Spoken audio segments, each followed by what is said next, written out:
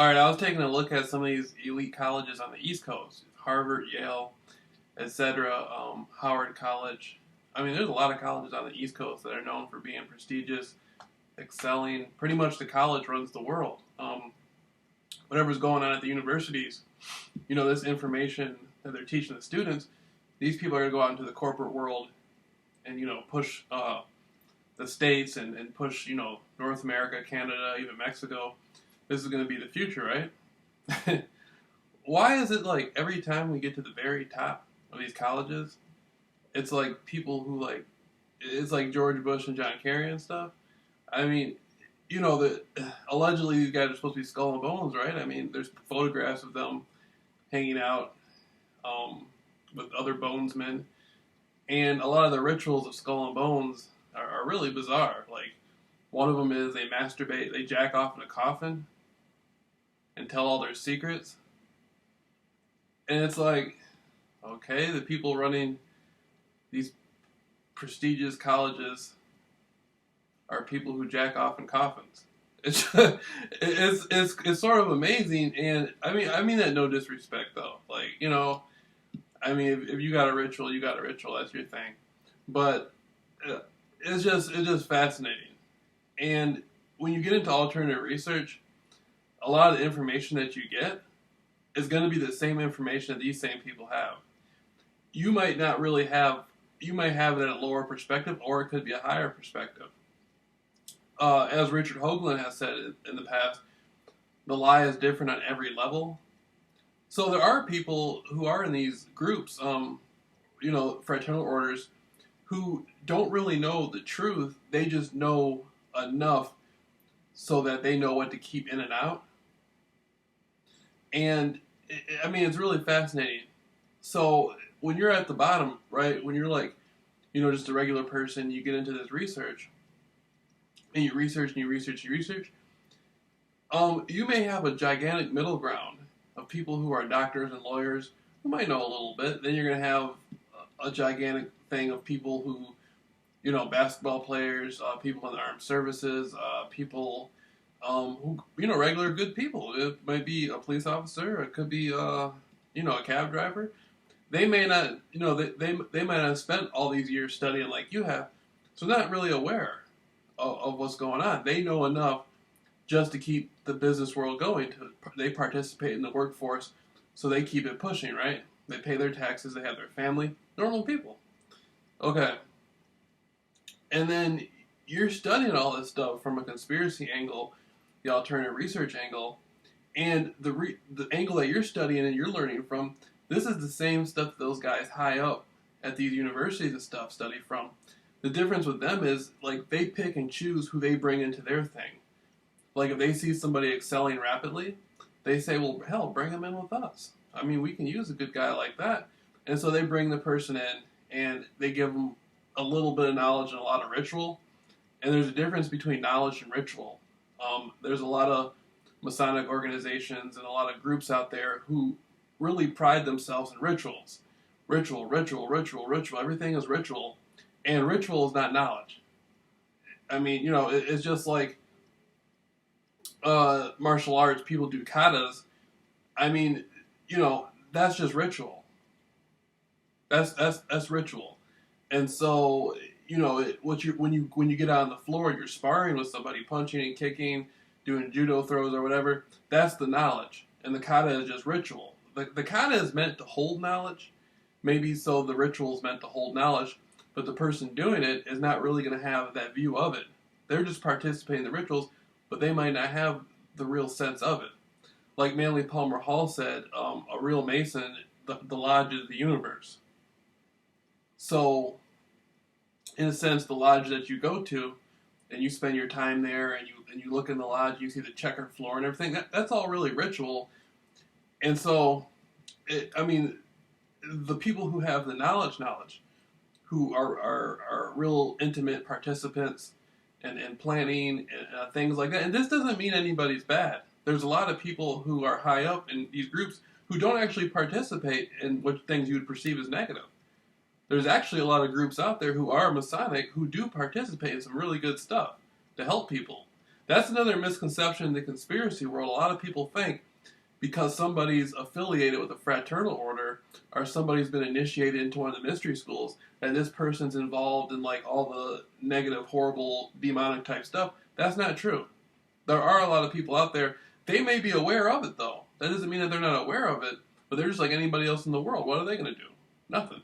You know, so they go about their business. A lot of these people, a lot of these groups do try to help people. They put programs together. You know, they might not get on the radio and announce it and tell, hey, I'm part of a fraternal organization and I really want to help people. They don't do that. They do it in their own way. So try not to get caught up in the game of knocking people just because they're affiliated with organizations. Like me, myself, I'm not affiliated. You know, I've never joined any lodge or anything like that. And so, but, you know, that doesn't mean that I have a perspective that all the people in the lodges are somehow, you know,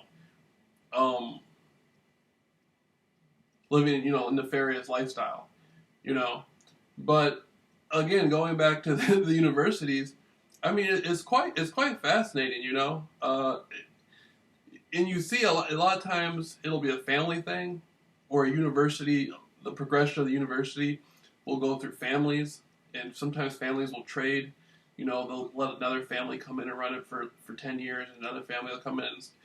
And so the real power behind universities isn't at the university itself. A lot of times these people make their decisions, like, you know, they get together in some basement somewhere in the middle of the night, drink cognac, and smoke a cigar, and make the world decision. That's really where the real quote-unquote power is. But I just want to empower people with this video. You know, if you're doing alternative research, the best thing you can do is try to find a way to market your stuff. Like me, myself, I'm working on that right now. I got my own stuff going on where, you know, I'm planning stuff, putting stuff together. You know, I don't know, you know, I got different types of plans and stuff to put my stuff out there in a marketing way, right? I got to pick what research that I want to release, what type of research it is. Again, over the years, you know, I've learned a lot about alternative research, and so now I'm in a position that's more comfortable to where now I'm getting ready to start producing, like, you know, DVDs or things like that, and just start marketing, man. Just start marketing that. Just move to a different level. I mean, this is just YouTube, you know. But anyhow, the universities themselves, if you were to go there with all your research notes and all that stuff and start talking about, you know, a conspiracy stuff and occult stuff, I mean, they're not gonna sit there and acknowledge it. But the people who oversee all this stuff, they know damn well what you're talking about. And so that's the funny thing. That's one of the best things about alternative research and conspiracy research, is if you ever get a chance to actually sit down with some of these people at these elite colleges in a high up position, they're gonna know exactly what you're talking about. You see what I'm saying? Like, for instance, when I was doing my Jonestown research, the woman at the library won't know what I'm talking about. A lot of the people who wrote the books on Jonestown have no idea what I'm talking about. They just want to make a fast buck. But the people, you know, the people over at some of these colleges that are high up, they might know exactly what I'm talking about. And it could be something that they don't want talked about out there, or it could be something where, you know, you never know. Somebody might pull you to the side and say, "Listen, man, we're going to put a movie out in a couple of years. We know you've been into this stuff for a long time. Why don't you sit down with us and we want to go over some notes. We want to brush up with you on some notes and see if you have some of the same perspectives we do. We want to present it to the public in a certain way, yada yada yada." I mean, you know, hell yeah, you know, that'd be cool. But that's type of stuff that goes on out there, you know. Like for instance, okay, look at the Middle East and Iraq, right? A lot of people say it was about oil, right? I think there's other things over there. I think there's like when the Iraq War happened, you know how the museum got raided and all those ancient texts got stolen and stuff. I think there's technology over there that's been over there in the Middle East for thousands of years. If it's not there physicalized, it's information that can do it.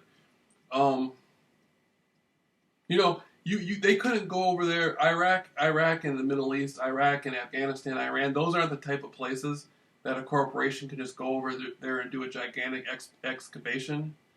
You know, I mean, those people really aren't going to go for that. So to create to create some sort of war or something like that, which there's always been wars going on over there anyway, but to create something like that, you can build a situation to where eventually you can go in and get these ancient texts, technology. There's probably technology over there, isn't that supposed to be? You know, ancient Sumerians and all that stuff, and that's not too far from Egypt, and so, you know, there's a lot of things they want to get over there and get it. And so to sell it, they say, well, we want to go over there and get, you know, we believe there might be some extraterrestrial technology or some, you know, lost things or some information. How are we going to get over there and get it? They say, well, you could have a war. How are we going to sell a war? Oh, well, convince the corporations, you know, we run the corporations too, and all the people under us that work for us, you know, that oil is worth that's $1 trillion business right there. Huh, okay. So we want the oil. How the hell, okay, now the people who want the oil, they're going to say, now how the hell are we going to convince the public to go for this? Yeah, Saddam's a bad guy, but how are we going to get the general philosophical mindset of the public? Create a bad guy. You know, Bin Laden. Even though Bin Laden, the funny thing about Bin Laden is, wasn't he involved in his family? Like, it's rumored, I don't know if this is true or not. I've never seen any too much documentation on it, but there's a lot of people up there. I know Luke Radowski and like the firefighters for 9/11 and all that stuff. They were saying that the Halliburton company or Dick Cheney or somebody was having a business meeting the same day that 9/11 happened with Bin Laden's family.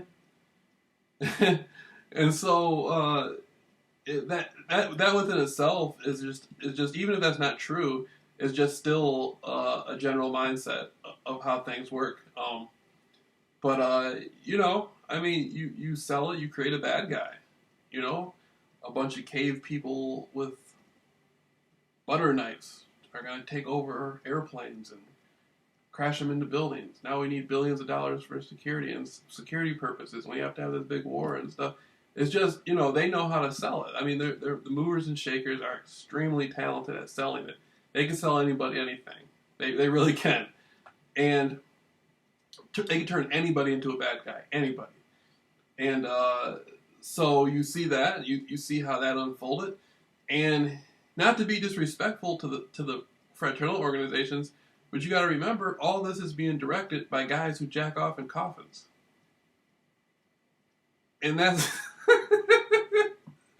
that's the mind. See, but people like myself, that's how I look at it.